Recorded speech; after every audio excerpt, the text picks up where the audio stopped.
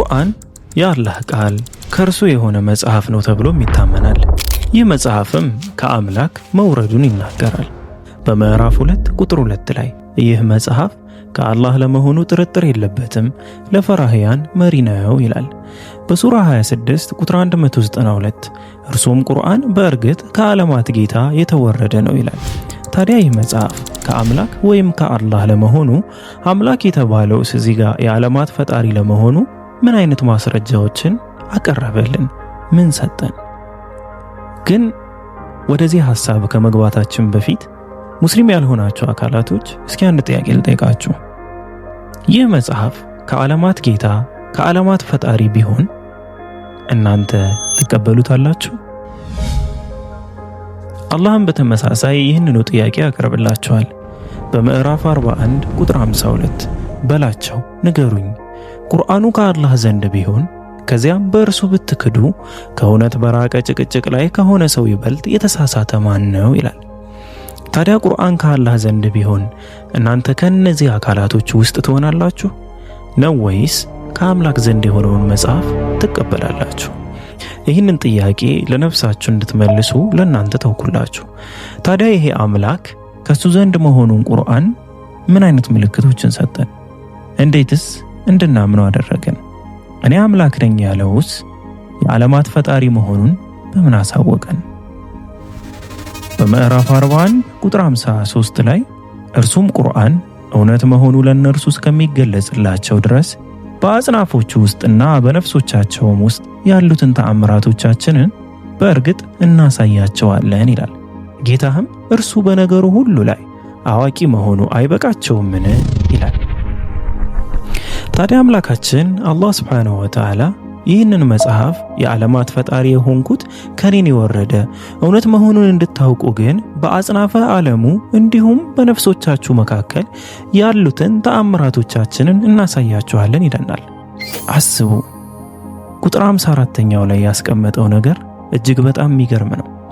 ንቁ፣ እነርሱ ከጌታቸው መገናኘት በመጠራጠር ውስጥ ናቸው። ንቁ፣ እርሱ በነገሩ ሁሉ ዕውቀቱ ከባቢ ነው አለ። ታዲያ በአጽናፎች ውስጥና በነፍሶቻችን ውስጥ ያሉትን ተአምራቶችን የሚያሳየን እሱ በዕውቀቱ ሁሉንም ከባቢ መሆኑን በመግለጽ ነው። ማለትም ስውር የሆኑ ሂደቶች በዛ ጊዜ ወይም ከ1400 ዓመታት በፊት ሊታወቁ የማይችሉ ነገር ግን ወደፊት የሚታወቁ ነገራቶችን በመግለጽ እሱ የዓለማት ፈጣሪ መሆኑን እንደ ማስረጃ ያስቀምጥልናል ማለት ነው።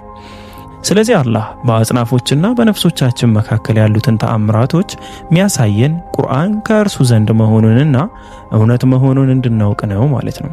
ታዲያ ይህንን ተአምር የሚያሳውቀው ደግሞ እርሱ በነገሩ ሁሉ ዕውቀቱ ከባቢ መሆኑን በመግለጽ ነው። ታዲያ የሚነግረን የተደበቁ ነገሮች ከሆኑ እውነት መሆናቸውን እንዴት ነው የምናውቀው?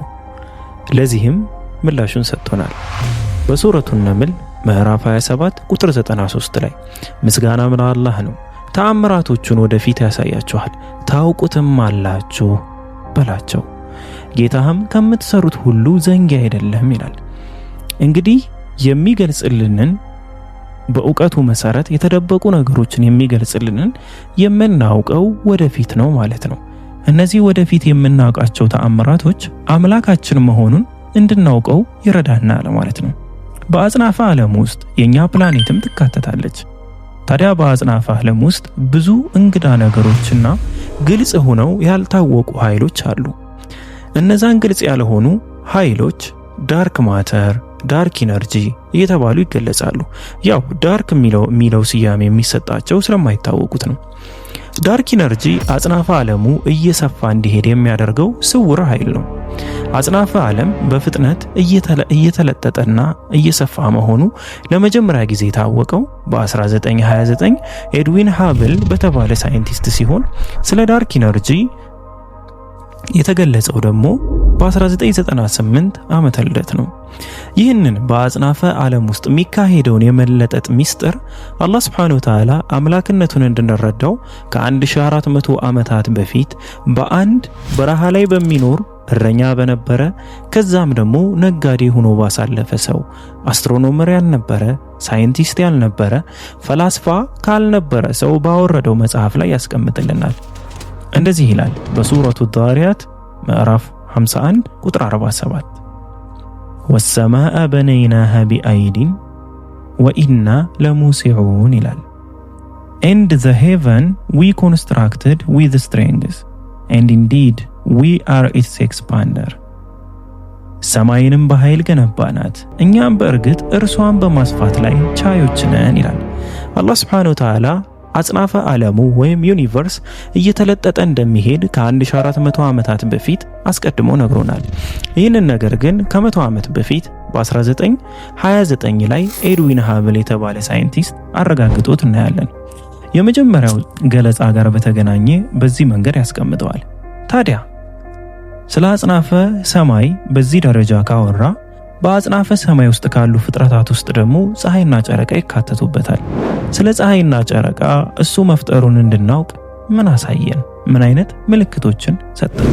የመጀመሪያው ፀሐይ በራሷ ብርሃን የምታንጸባርቅ ታላቅ ኃይልና ጋዝ የሆነች ብርሃን ስትሆን ጨረቃ ግን ከፀሐይ በሚመጣውና በጨረቃ ላይ ከሚያርፈው ብርሃን በመዋስ ብርሃንን ትሰጠናለች። ይህንን ነገር አላህ Subhanahu Wa Ta'ala ከ1400 ዓመታት በፊት ገልጾት እናገኛለን። በሱረቱል ዩኑስ ምዕራፍ 10 ቁጥር 5 እርሱ ያ ፀሐይን አንጸባራቂ ጨረቃንም አብሪ ያደረገ ነው ይላል። እዚህ ጋር ዲያ የሚለው ቃል የአረብኛው ቃል ላይት ዛት ሻይንስ ባይ ኢትሰልፍ በራሱ ኃይል የሚያንጸባርቅ ብርሃን ማለት ነው። በተጨማሪም ደግሞ ኑር የሚለውን ቃል ሲያስቀምጥ ላይት ዛት ኢዝ ሪፍሌክትድ ፍሮም አናዘር ሶርስ ብርሃን ሆኖ ነገር ግን ከሌላ ምንጭ ሪፍሌክት የሆነ ወይም የተንጸባረቀ የተውሶ ብርሃን ያለው እንደሆነ ይገልጻል። ታዲያ አላህ Subhanahu Wa Ta'ala ለፀሐይ ዲያ ማለትም የራሱ ብርሃን ያለውና የሚያንጸባርቅ መሆኑን ሲገልጽ ለጨረቃ ግን ኑር ማለትም ደግሞ በተውሶ ብርሃን የምታንጸባርቅ መሆኗን ያስቀምጣል። ይህም በተመለከተ ሳይንቲስቶች ፀሐይ በራሷ የምታንጸባርቅ ብርሃን ስትሆን ጨረቃ ግን ከፀሐይ ተውሳ ለኛ የምታንጸባርቅልን እንደሆነች ይገልጻሉ። ታዲያ አላህ ፀሐይንና ጨረቃን የፈጠራቸው እሱ መሆኑን እንድናውቅ እንድንረዳ ያደረገው የሁለቱም ብርሃናት ባህሪዎች በመግለጽ ነው። በመቀጠልም ከዛም በተጨማሪ ሳይንስ ፀሐይን በተመለከተ ያላትን ዑደት ያስቀምጥልናል። እንግዲህ ፀሐይ ከብዙ ጊዜያቶች በፊት እንደማትዞር እንደማትንቀሳቀስ ነበር የተገለጸው። የኛ ጋላክሲ እጅግ በርካታ ቁጥር ባላቸው ከዋክብት የተመሰረተ የዲስክ ቅርጽ ያለው አካል ነው። ማዕከሉ በኮከቦች ጥቅጥቅ ብሎ የተሞላ ሲሆን ወደ ጠርዙ ግን የኮከቦቹ መታመቅ እየሳሳ ይሄዳል። የኛዋ ፀሐይ ታዲያ ከዚህ ከዲስክ መሳይ ማዕከል እርቃ ትገኛለች። ጋላክሲው ከማዕከሉ ዙሪያ በከበባዊ ምህዋር ውስጥ ትሽከረከራለች። ዘመናዊው የጠፈር ሳይንስ ስለዚህ ጉዳይ ዝርዝር ጥናቶችን አቅርቧል። በ1917 ሻፕሌ የተባለው ሳይንቲስት እንዳስቀመጠው ከሆነ ጋላክሲው ፀሐይንም ጨምሮ በራሱ ዘንግ ላይ የሚያደርገውን አንድ የተሟላ ዙረት ለመፈጸም በደምሳሳው 250 ሚሊዮን ዓመታት ይወስድበታል ይለናል። ፀሐይ ይህንን ዙረት ለማጠናቀቅ በሰከንድ 150 ማይልስ ወይም ደግሞ 250 ኪሎ ሜትር ያህል ትጓዛለች። እንዲሁም አንዴ ለመዞር ቢያንስ 27 ቀናትን ይወስድባታል።